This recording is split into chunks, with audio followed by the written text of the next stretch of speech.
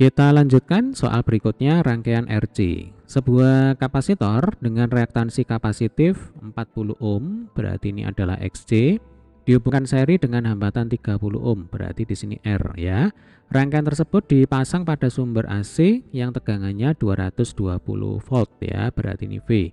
Nah, tentukan yang A, kuat arus dalam rangkaian. Kuat arus itu simbolnya adalah I, gitu ya. Maka kita bisa hitung dengan menggunakan yang namanya hukum Ohm. Jadi I itu sama dengan V per Z. Kalau biasanya I sama dengan V per R, berhubung di sini kita ketemu dengan rangkaian seri antara R dan C. Nah, maka hukum Ohm adalah I sama dengan V per Z ya. I itu adalah kuat arus, satuannya ampere. Lalu V itu adalah tegangan, satuannya volt, dan Z itu adalah impedansi ya, satuannya ohm. Atau sebelum kita lanjutkan ya, kita gambarkan dulu rangkaiannya. Nah, berarti di sini kita punya R diseri dengan C, lalu dihubungkan dengan sumber tegangan AC ya, sumber tegangan bolak-balik. Ini R, ini XC, ini V. Untuk R-nya sama dengan 30 ohm, kemudian untuk XC-nya sama dengan 40 ohm, lalu untuk tegangannya ini sama dengan 220 volt ya. Nah, rumus untuk menghitung impedansi kalau ada R dan XC ya, Z itu sama dengan akar R kuadrat ditambah XC kuadrat. Nah, seperti ini ya. Oke, kita masukkan angkanya. Untuk R 30 berarti ini 30 kuadrat. Untuk XC 40 berarti di sini 40 kuadrat.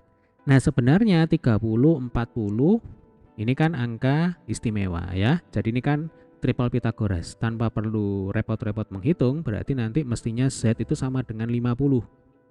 Ya, triple Pythagoras. 3 4 5. 30 40 50. Ya, 60 80 100 dan seterusnya ya. Tapi nggak apa-apa, ini kita hitung aja.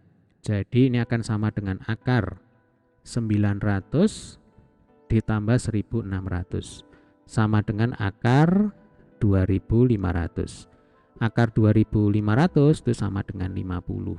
Nah, ini adalah impedansinya ya. Jadi impedansi total dari rangkaian RC ini adalah 50 ohm. Selanjutnya kita tinggal masukkan ke rumus hukum Ohm, yaitu I sama dengan V per Z ya. V-nya sama dengan 220, kemudian Z-nya sama dengan 50. Nah, ini nolnya boleh kita coret atas dan bawah. 22 dibagi 5 itu sama dengan 4,4 ya, satuannya dalam ampere.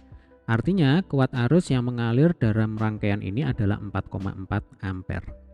Oke, sekarang kita ke soal B, sudut fase antara arus dan tegangan ya. Sudut fase itu simbolnya adalah V. Berarti nanti pasti berhubungan dengan yang namanya diagram fasor ya. Kalau kita gambar, nah di sini kita punya R, lalu ini adalah XL, yang di sini adalah XC. R itu adalah resistansi hambatan, XL itu adalah reaktansi induktif, kalau XC ini adalah reaktansi kapasitif. Nah, di soal tadi R-nya itu kan 30 ohm ya, kita kira-kira aja di sini. Kemudian untuk XC-nya tadi 40 ohm ya, kita kira-kira ada di sini. Ini tarik garis, tinggal dihubungkan. Nah, ini adalah vektor impedansi ya. Untuk V-nya itu ada di sini. Nah, tugas kita adalah menghitung V ya. Maka untuk menghitung V kita gunakan tangen ya. Jadi tangen V, rumusnya kalau tangen itu kan depan dibagi dengan samping, tan desa ya kan. Berarti depannya di sini adalah XC. Nah, kemudian sampingnya V itu adalah R. Nah, ini rumusnya. Jadi tangen V itu sama dengan XC dibagi dengan R ya. Kemudian hati-hati di sini itu bukan plus 40 ya. Ini minus 40. Nah, ini minus 40. Loh, kenapa kok minus? Karena XC ya. Nah, ini identik dengan sumbu Y negatif. Ini Y negatif, untuk XL ini Y positif. Sementara kalau R ini selalu positif ya identik dengan X positif gitu ya. Oke, kita masukkan ke rumus. Berarti tangen V itu sama dengan minus 40 per 30. Nolnya dicoret. Maka nanti kita akan dapatkan tangen V itu sama dengan minus 4 per 3. Nah, ini sebenarnya adalah sudut istimewa ya Dek ya. Jadi kalau tangen V sama dengan 4 per 3, maka V-nya itu akan sama dengan 53 derajat. Berhubung di sini min 4 per 3, ya berarti V-nya itu minus 53 derajat. Nah, ini adalah sudut fasenya. Apa artinya negatif? Negatif itu artinya tegangan tertinggal terhadap arus sebesar 53 derajat ya. Atau dibalik, arus mendahului tegangan sebesar 53 derajat gitu ya. Oke, sekarang soal yang C. Daya yang hilang dalam rangkaian. Daya yang hilang atau daya disipasi ya, simbolnya adalah P. Nah, rumusnya adalah kita kerjakan di sini. P sama dengan R dikalikan dengan I kuadrat ya. Untuk R-nya tadi 30. Kemudian untuk I-nya tadi 4,4 ya. Berarti ini kali 4,4 kuadrat.